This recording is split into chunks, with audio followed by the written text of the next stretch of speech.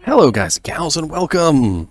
Today I have another beta news roundup for you. I didn't think that I would be doing one of these again since beta is over, but we've got some news, several new pieces of information, and I thought it would be important to bring this to you guys' attention.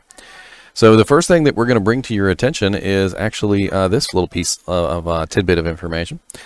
So there was a guy on Twitter who was talking about making a petition basically to prevent personal loot from coming into the game, and Rod Ferguson replied saying, "Take a deep breath and relax. We're not doing it. I think it's okay to have a discussion and understand the implication and expectations of other players. You're literally fighting against something that isn't being done."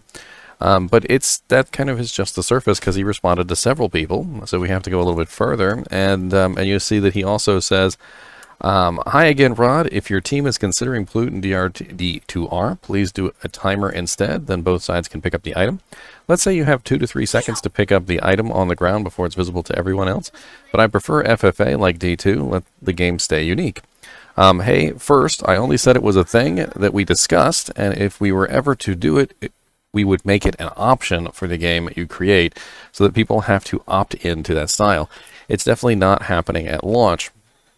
So we kind of have two conflicting pieces of information there. One is him saying it's discussed, one is him saying it's not going to happen, and one is saying if it happens, it would be an option, so kind of flippy-floppy there. We also have another tidbit of information here about a very old bug, which has been in the game for a very long time. Mr. Llama tweeted at Rod Ferguson and said, "Any chance we will see a fix to the next hit only misses, or always misses, would really open up the game in some beautiful ways." If you're not familiar with next hit always misses, I would recommend that you do a little research on it. But basically, it is exactly as it sounds. If you are interrupted in any way, like if you were interrupted for a faster hit recovery, a blocking, or an evade or dodge, your next attack right after that will always miss. And it's been a bug in the game for a very long time. It very heavily impacts characters that have very long animations on their skills, and it also very heavily impacts characters like, Paladin, who have very, very fast block rate. So Rod Ferguson said, "Hey, we're aware of the issue, but we decided that was part of the original experience that we were concerned of impacting. Definitely something we could look at fixing post-launch if the community feels like it's a change they want." Now, this is very interesting because it shows what I've been talking about for a long time, which is that the developers are concerned at breaking the magic of Diablo 2. They see Diablo 2 as this mythical creature that captured lightning in a bottle, and the lightning that it captured is not so easily contained once you start making all these little changes here and there, because they don't know exactly what caused the success of Diablo 2 in the first place, so they're trying so very hard not to let the lightning out of the bottle, as it were. Then on to the biggest piece of news that we've got, which is an update from Pez Radar, and it's a rather lengthy post, so we're going to go over that for a minute here. All right, so I'm going to read this, and then I'll talk about it as we go along. So the top here says Diablo 2 Resurrected consoles, lobbies, TCP, and UW updates. So first off, we have, "Hi all. When making games, there are certain realities development teams need to face when confronted with dilemmas that impose on the gameplay experience. For this remaster, two of our core principles are protecting the authenticity of the original Diablo 2 experience and making it more accessible in this modern age. Our goal is to honor this timeless classic while also opening it to new generations of players. So keeping that in mind as we approach the launch of Diablo 2 Resurrected, we wanted to take this opportunity to share some insights on a handful of in-game features we've revisited following the technical alpha and beta events." And so we've got categories here. So it starts out with consoles, lobbies, and chats updates. "During the early access beta, we identified and fixed a bug preventing console players from grouping up in multiplayer. As we progressed, this system was working as intended for the open beta during our testing. And when we modernized the Diablo 2 experience for the console, we designed the game so players didn't have to rely on lobbies to play with others. Instead, players can invite their friends into their game directly or utilize the Party Finder to join up alongside other players with similar objectives. With that said, over the past couple of weeks, we have seen many discussions and expressed concern over the difficulty of joining the appropriate games based on a player's current activities.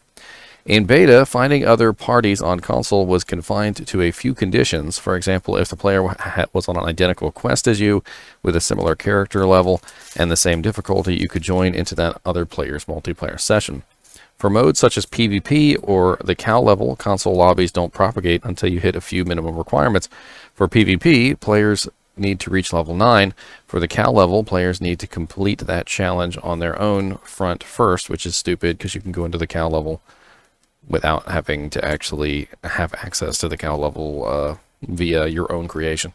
For these two modes, once those conditions have been met, console lobbies of those activities will become visible for those players. There is also a free roam option players can opt into if no quest is selected. There is no quest restriction, but players that share similar levels and identical difficulty will be able to share a multiplayer session. A lobby is automatically converted to free roam once a player's character completes the initial quest that a lobby started as in that multiplayer session. I don't know about this. I mean, like, for instance, the cow level, they're saying you can't see the cow level games until you've completed the conditions met to go into the cow level, but that's stupid, because even if you haven't left Act 1, like, say you are a fresh Act 1 Nightmare character, and someone creates the cow level in Act 1 Nightmare, you can still go into the cow portal. You can't create it, but you can go into it, and you can kill cows. But, so basically what they're saying is if you can't create it, you can't see the games.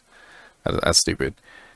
Following our beta, we've seen many console players requesting more options to better navigate activities in multiplayer. We've added bosses and zones tabs to the party finder so players can better coordinate on that front, alongside the Pandemonium event, Diablo event, and PvP/dueling. Some console players have also requested the option to create custom lobbies. This is not a feature we're supporting at launch, but as we progress, we'll continue to monitor feedback on this topic after launch of Diablo 2 Resurrected. Shown below is a breakdown of additional parameters players will be able to sort by in the party finder at launch beyond the quest options that were present during beta. Boss kills, so they've got Andariel, Duriel, Mephisto, Baal, Diablo, and Cow King. I'm not sure why they put Cow King, just cow level, Moo Farms, I don't know. I guess well, yeah, because nobody kills the Cow King, right? But you can kill the Cow King now because they removed the restriction. Zones, free roam, no requirements. Tristram requires nothing. Canyon of Magi Tombs requires Act 1 completion. Chaos Sanctuary requires Act 2 completion. Pendleskid requires Act 4 completion. Maggot Lair requires Act 1 completion. Other Pandemonium event, Act 5, Act completion. Diablo, Act 5 completion. PvP/dueling requires level 9. I don't understand any of this, to be honest. Requiring act completion for bosses is stupid.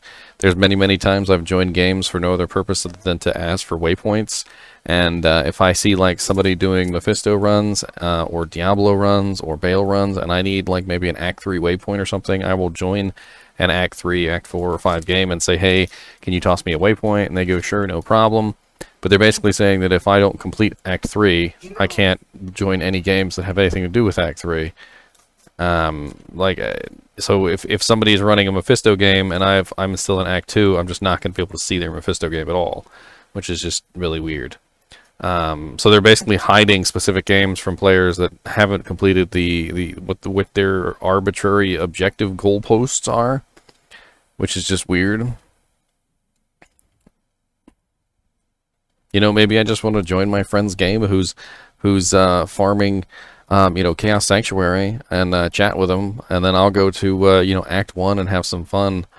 I don't know. Lately, we've seen a lot of discussions surrounding the chat functionality on console. We designed the game to be the best experience on each platform you play. For console, the primary way for players to communicate is through native voice chat on their platform. So we're not making any changes on that front, but we'll continue to monitor that feedback to see if it remains prevalent area of concern for our players. If so, we'll explore making changes or adding more additional functionality to the in-game chat system post-launch. So they're basically saying we're not going to let you chat. You're going to have to use voice chat, and if you don't use voice chat, you're just not going to be able to talk to each other. That's pretty dumb. Tcip support. So we've got another category here.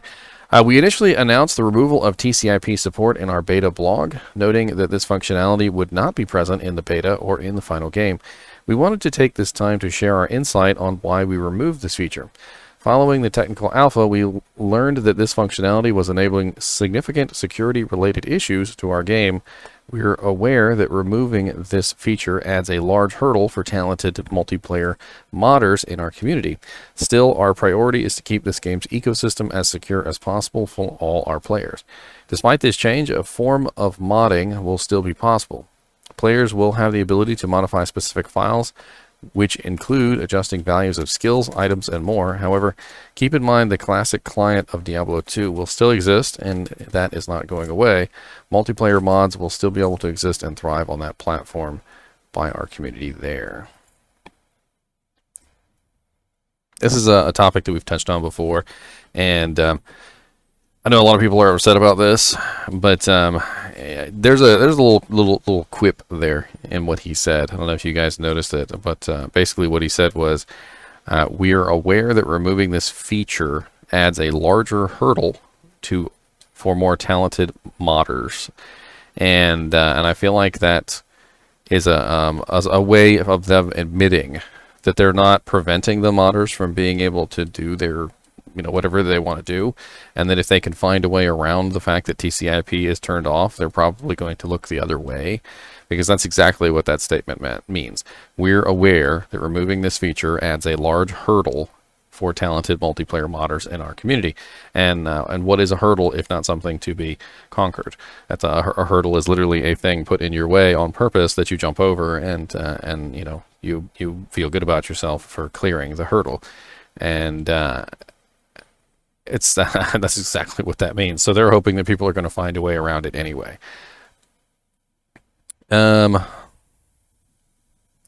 Ultrawide support changes. This was actually an interesting one. I had a lot of people talking about this. Some people were pretty upset about it. So let's dive into this one too. So we've got ultrawide monitor support being modified was a subject we saw heavily discussed across our channels following the beta. In the technical alpha, players with ultrawide hardware saw their 21:9 screens utilized during that test. However, during that test, we identified limitations affecting those players and others. For example, the AI failed to sense the player and trigger attacks. Furthermore, players with 21:9 monitors were able to pull many more monsters into battle at a range limit beyond the original game's intention.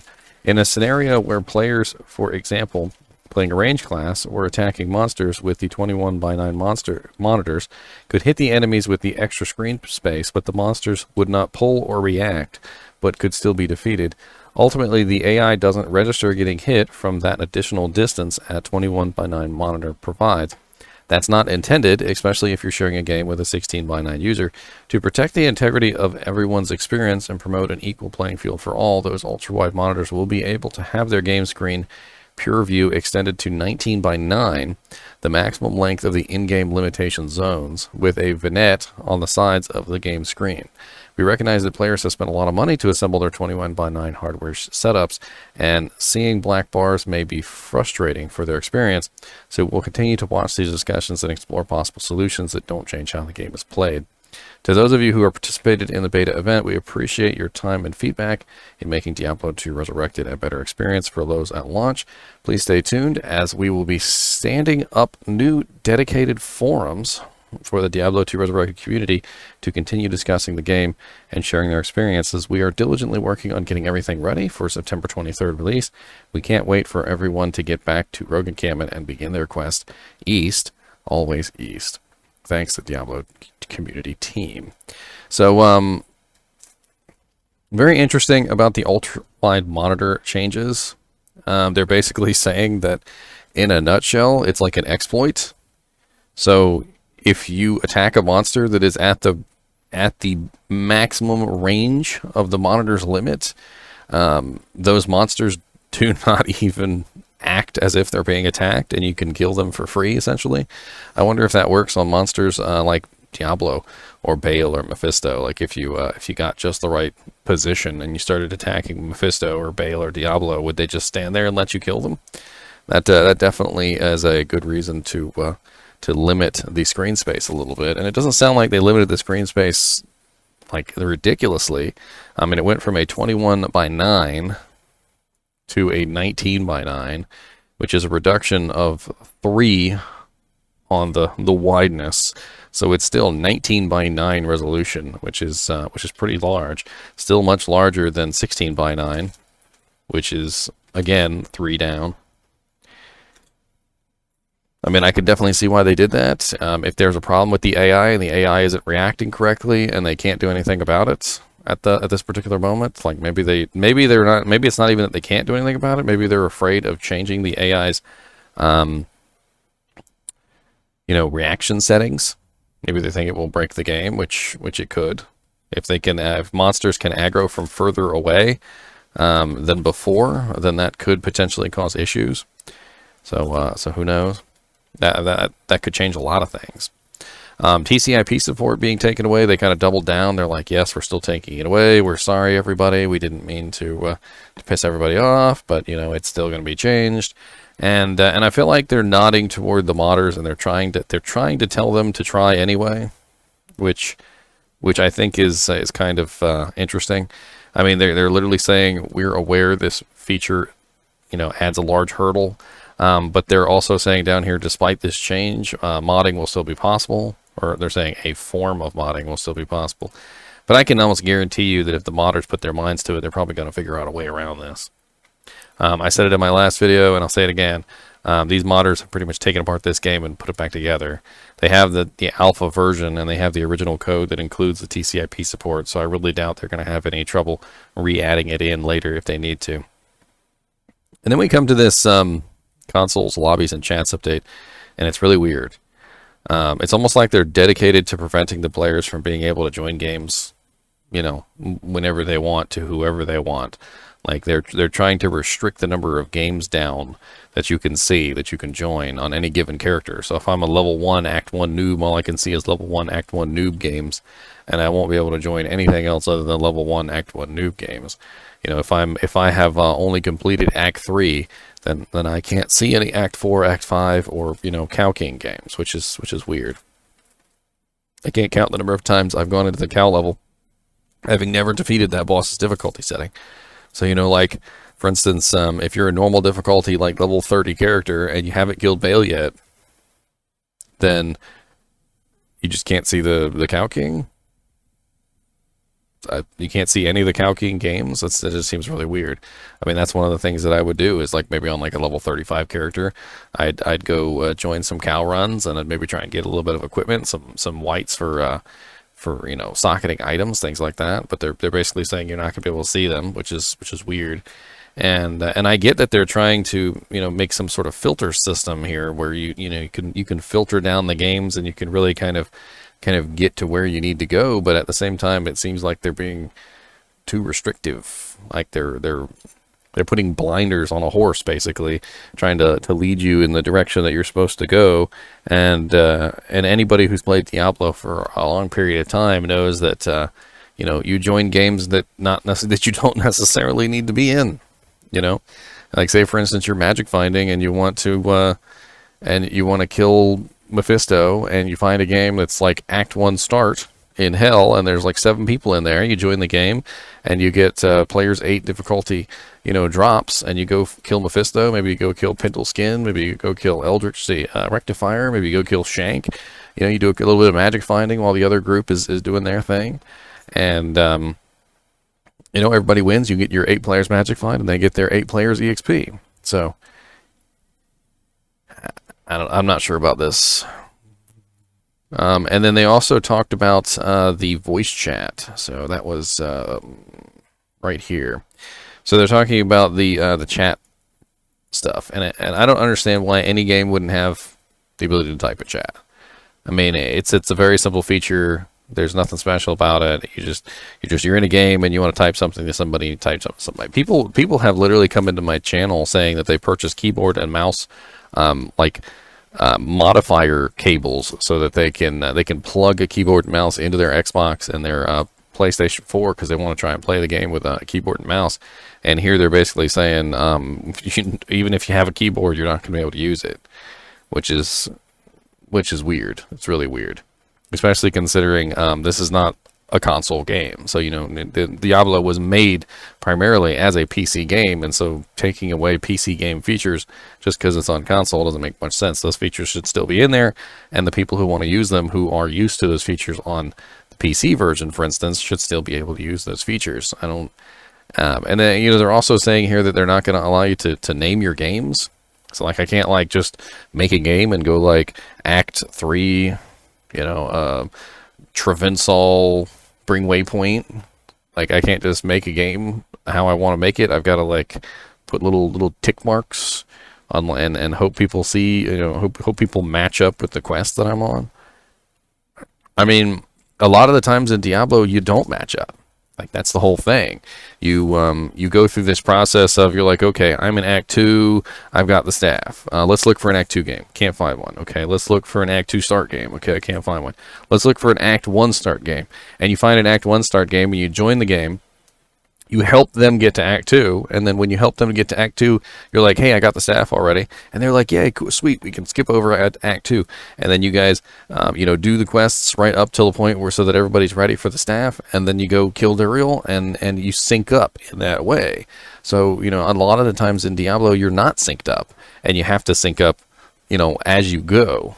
And I think they're gonna need to broaden this a little bit. Like, if somebody has completed Act 1, you know, they need to be able to also see Act 2 and Act 1 games. And the calcing doesn't need to be gated behind Act 4 or 5 completion. It does not. That's really stupid.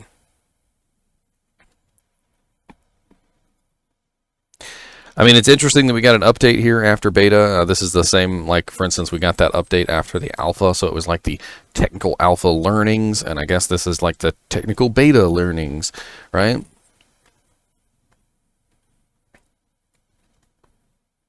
Well, there's really not much more to talk about here. If you can go on the forums and you can take a look at this page, and you can read what people have to say. And if you're interested, there definitely is some people up here who are chatting about the changes, or well, some changes and some lack thereof changes. A lot of this is really just explaining to us, hey, this is why we made this decision. Please don't be mad. Anyway, as always, I hope you enjoy these little beta news update videos, and thanks for watching.